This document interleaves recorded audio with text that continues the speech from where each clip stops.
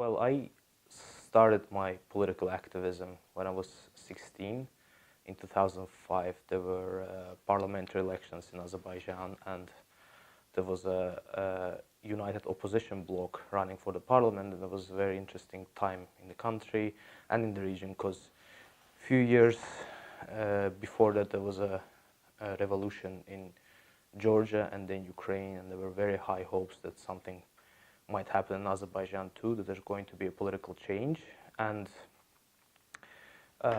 it kind of pushed me into attending demonstrations and starting to be more politically active. Plus, it's important to note that I'm also coming from a politically active party, so that obviously played its role as well.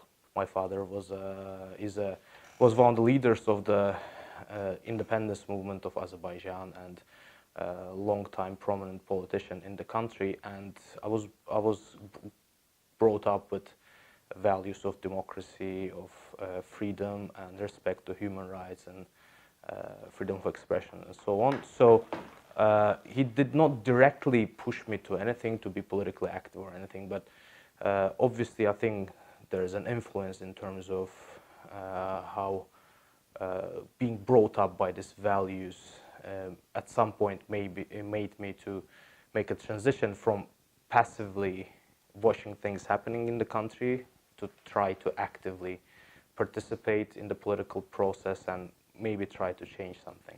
I'm currently one of the board members of Nida Civic Movement. This is an organization which aims peaceful democratization of Azerbaijan. So being an activist in Azerbaijan is quite problematic for a number of reasons. First of all, from the economic standpoint, it's very difficult to sustain yourself economically because it's very difficult to get a job. Employers are not that keen on hiring opposition activists or civil society activists or human rights defenders because they know that they can get in trouble with the government for that. So that's one of the issues. The other issue is that you are under constant risk of repression by the government, not just you, it can happen to your family as well. Also, for example, if you're a student, you can get in trouble in the university. If you're somehow still managed to be employed while being a political activist, you always have the risk of being fired from your job. In some cases, it can be pressure from the family to quit being an activist because, as I said before, it can create problems for the family as well. I was in prison for a very short time, so it was twice, once for 7 days and the other time for 10 days. I was arrested for participating at unauthorized demonstrations. Obviously, it was unpleasant. The conditions were not that good.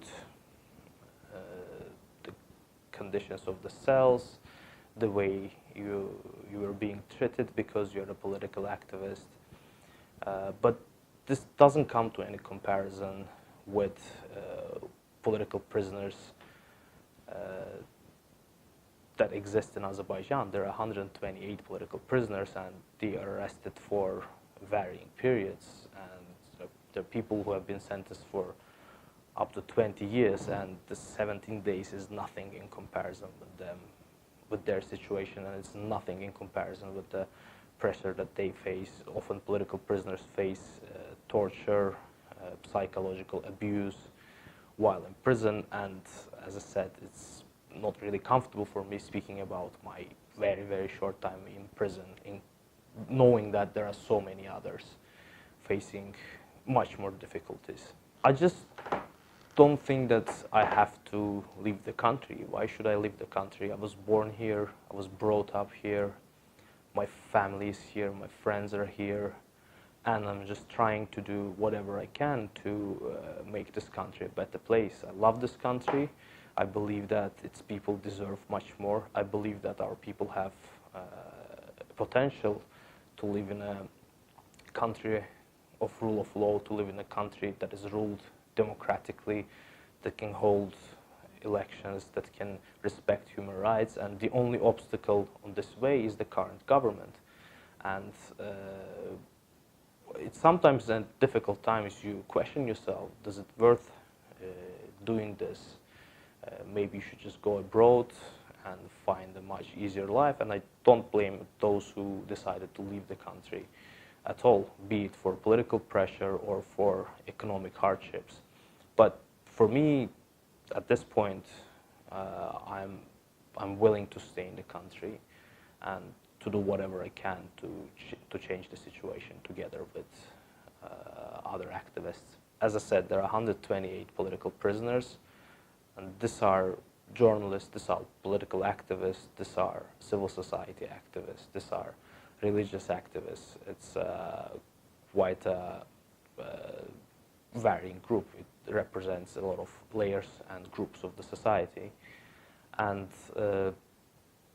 as I said, they face pressure, sometimes they get tortured, sometimes they face psychological abuse, and I believe that both the society and the international community should do better in terms of defending them, in terms of trying to put the pressure on the government to release them.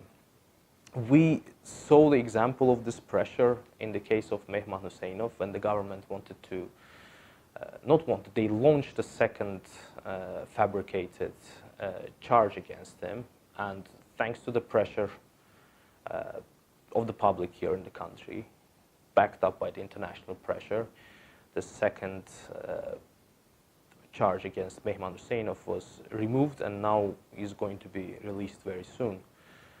And I believe that yes, the activists, the opposition, the lawyers, the media played a huge role in this, because there have been cases before when political prisoners were facing second charges in order to extend their time in prison.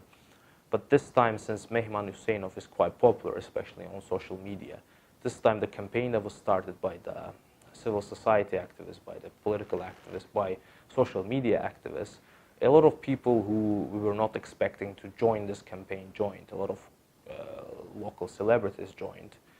And the government, I think, they felt the pressure, they felt that this was the red line that they were not supposed to cross.